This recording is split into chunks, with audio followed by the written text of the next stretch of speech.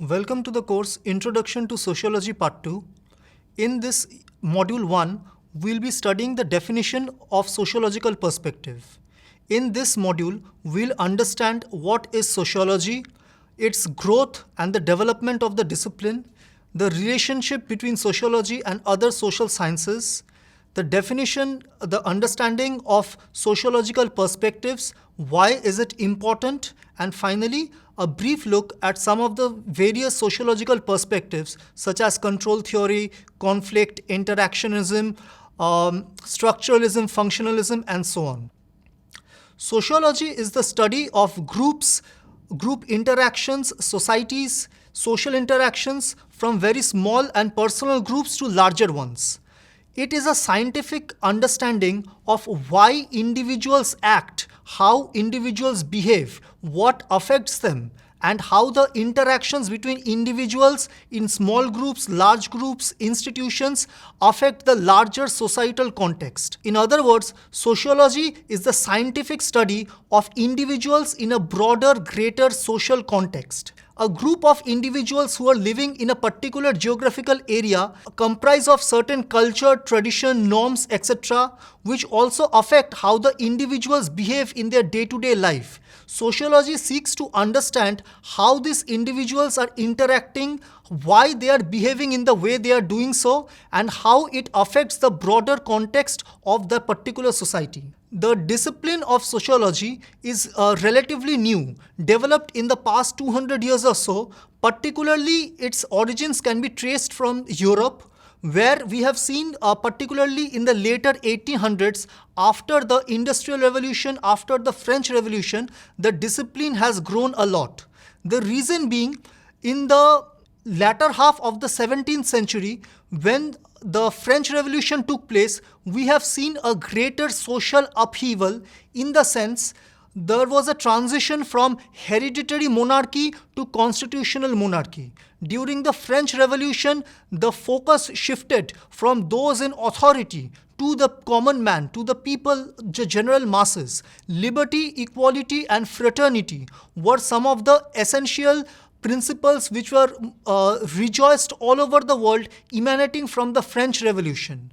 Likewise, the Industrial Revolution propelled a social transition all over the world, particularly starting with Great Britain, Europe, as well as America, where there was a population shift from the villages, from agricultural based communities to urban areas, where mechanized factories and industries became the major source of income. As a result, there was a transition of population from rural areas to the urban belts to cities, particularly around mechanized factories and industries. Therefore, French Revolution focused mostly on individuals rather than the traditional monarchy, liberty, equality, fraternity. The individual viewpoint was given more preference, was focused on. And similarly, Industrial Revolution also gave focus to a shift of the traditional societal obligations which were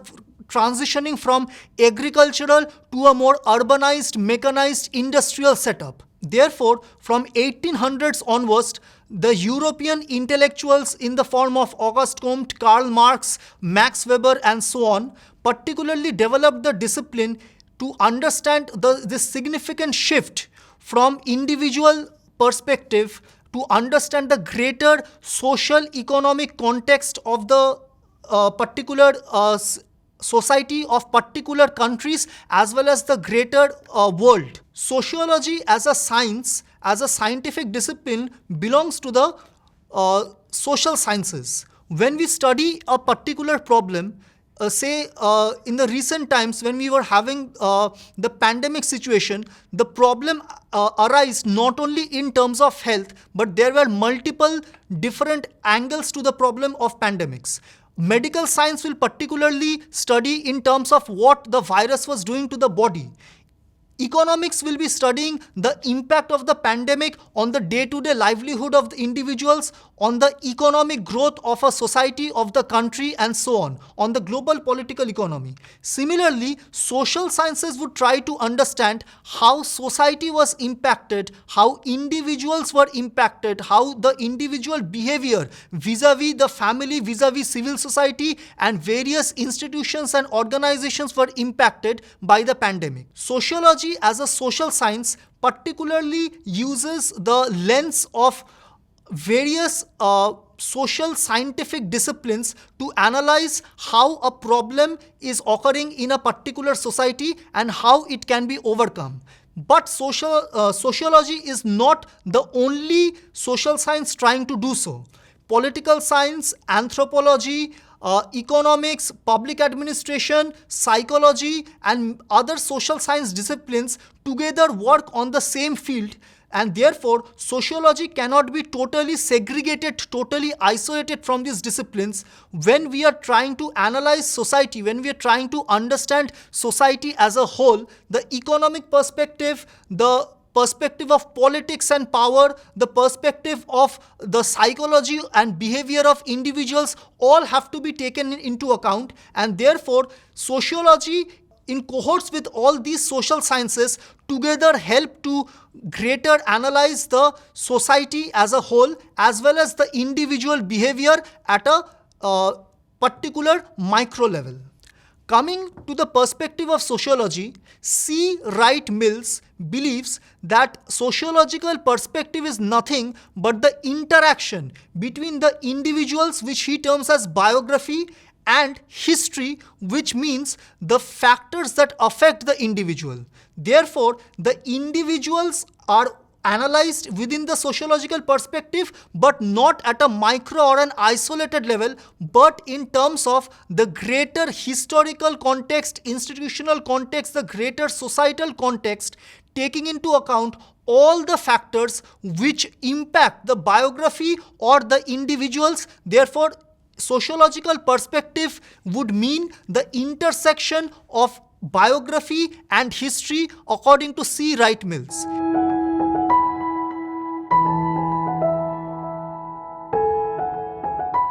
In simple words, we can say sociological perspective is nothing but the POV or the point of view of how we are trying to analyze situations, how we are trying to see the individual behavior in a greater social context, or when we are trying to understand beyond what is the outer appearance, beyond the outer appearance of individuals, organizations, and society, perceiving the greater inner depths through various lenses of analysis within the sociological domain. It is a sociological mindset that brings the individual experiences in connection to the various historical, social, behavioral factors which account for the individual's behavior as well as the society's interaction with the individual's interaction with greater political, social, economic, and cultural institutions of that particular society. It goes beyond the obvious questions. It goes beyond the questions what is happening, why is it happening, but further tries to analyze individual reasons, unique reasons, unfamiliar reasons as to why a particular individual acts in a way, why certain situations are occurring, why certain conflicts are occurring, and also goes on to prescribe how it can be mitigated. Therefore, the sociological perspective not only looks at familiar situations in an unfamiliar manner, but it goes beyond the obvious and tries to analyze at a greater depth, at an intricate level, the various questions connected with individual behavior, societal interactions, social problems, and so on. And for this purpose, the sociological discipline implores various different perspectives, various different point of views, or various different lens of analysis to look at certain situational contexts. Here you can see some of them have been pointed out in the form of interactionist, positivist, Marxist, feminist, postmodernist, and so on. But in this particular module, we'll be particularly focusing on five major sociological perspectives. Sociological perspectives would also try to gather the general from the particular. By understanding micro level interactions, it would try to understand a greater, broader, generalizations, how the society works, how individual behavior are forming certain patterns in society. Sociologists identify general social patterns in through the particular behavior of the individuals, thus identifying both from micro level interactions to macro level generalizations, as well as understanding micro level interactions from general broader societal point of view. Therefore, as a lens of analysis, the individuals are using various sociological perspectives to understand the scope of society.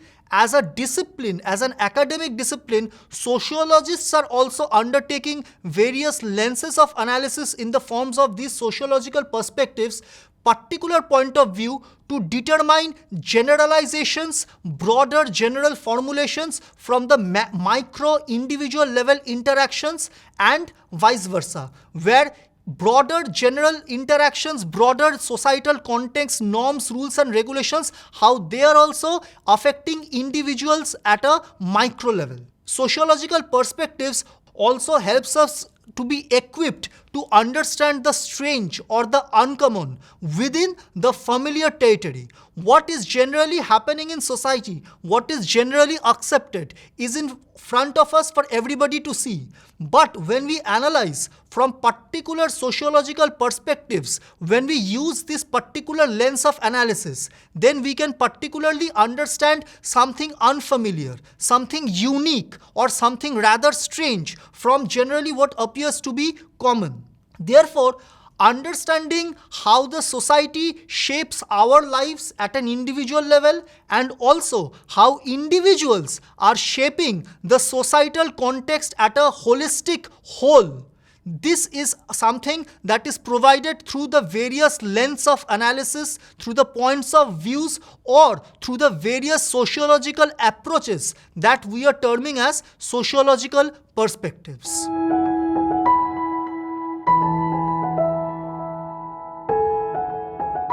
Why is it important?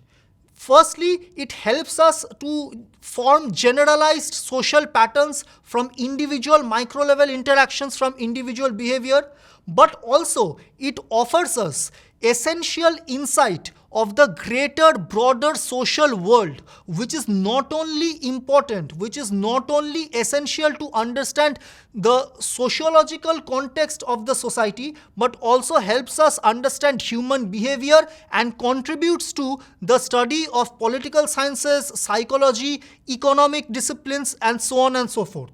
Therefore, the individual quirks, individual personality traits and behavior, as well as those of groups, institutions, and the society as a whole, can be analyzed only when we are utilizing the specialized point of views of these sociological perspectives. Therefore, it is important, therefore, it is essential to understand sociological perspectives as well as implement them when studying the societies at large, as well as studying individuals at a micro level. So far, we have understood what is sociology all about, the growth of the discipline from its European origins, and also its importance in terms of particularly after the Industrial Revolution, after the French Revolution, and how sociology emerged in the later 1800s as a specialized domain of study within the social sciences, but also how sociology was related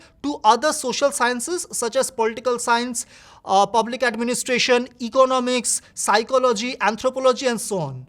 We have also seen to understand individual behavior, to understand greater society, we have to imply sociology, we have to exercise some sociological perspectives, some sociological points of view, which are nothing but, as C. Wright Mills mentioned, it is the intersection of both the individual as well as the factors that affect the individual, what he calls the intersection of biography and history.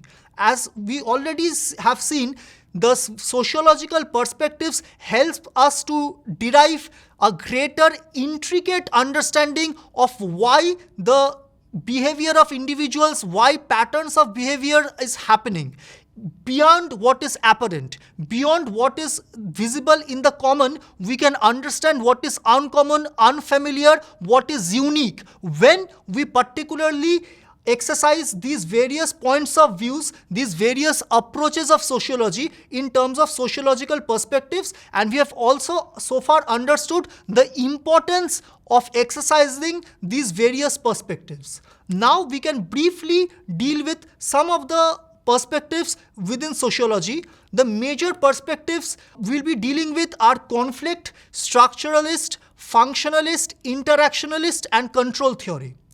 The conflict perspectives, we can in short, we can just say that in every society there is bound to be conflicts because resources are limited and individuals' demands, individual needs and requirements in comparison to the resources are vast. And therefore, in every society, there will be occurring some conflicts or the other.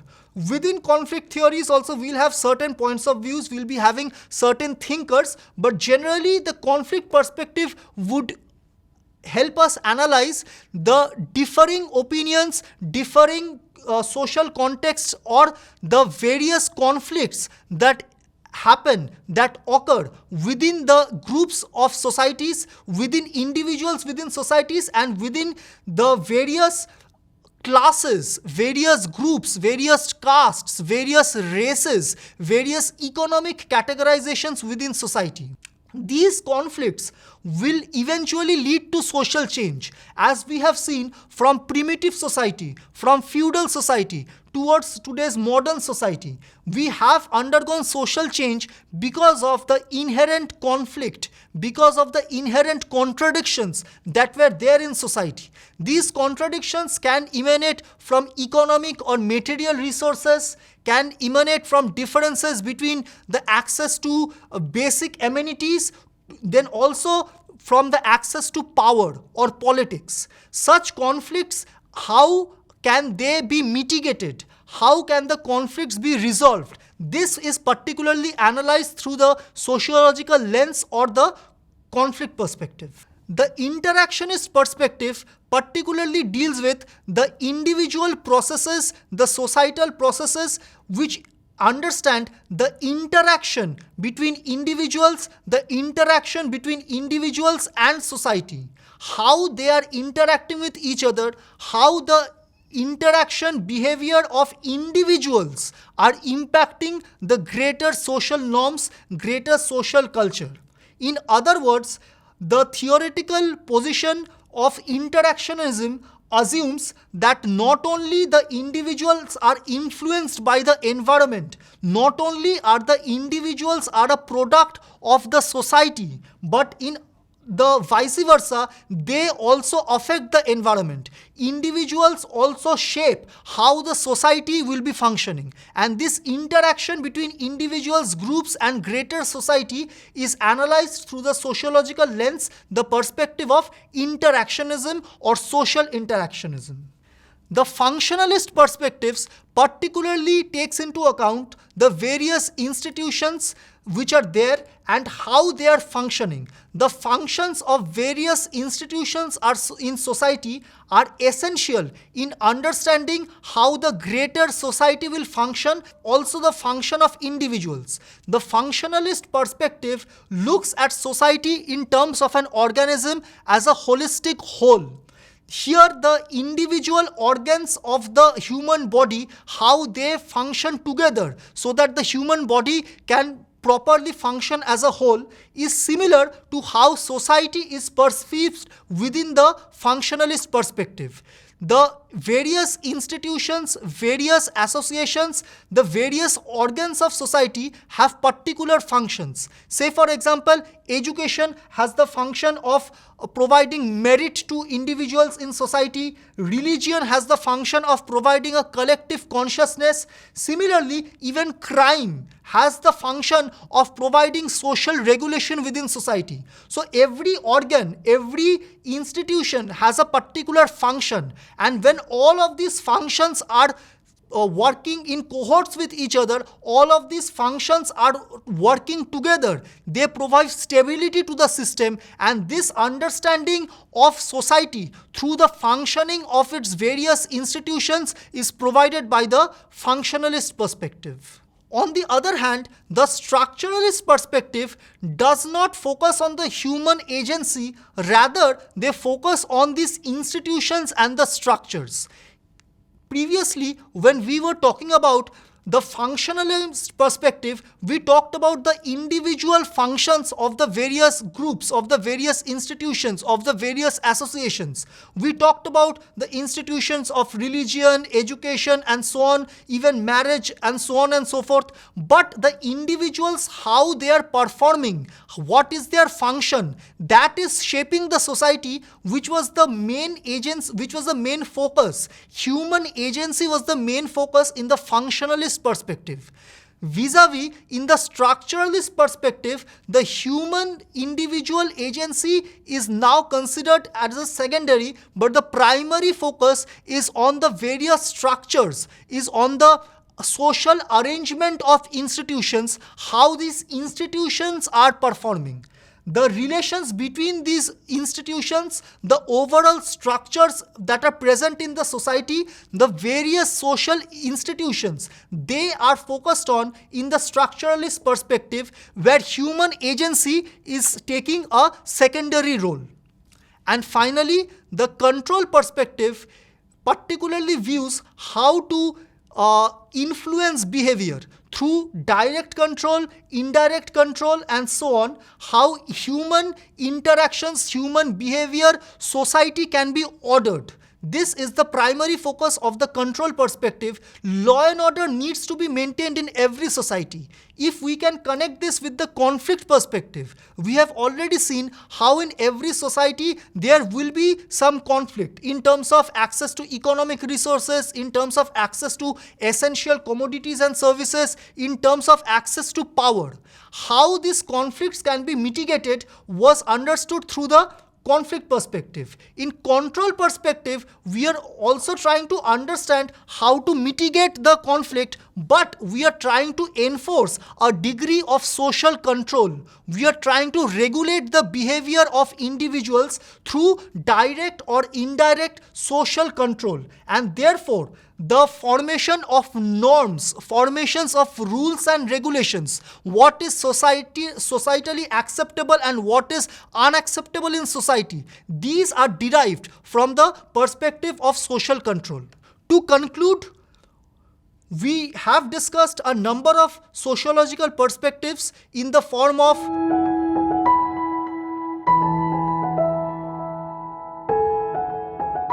social control, interactionist, symbolic interactionism, structuralism, functionalism, and so on. But this is not the end of it. There are a number of other sociological perspectives which has emanated much later, say particularly feminist perspective, the perspective of postmodernism, Marxian lens of analysis, which we will talk about particularly in the conflict perspective.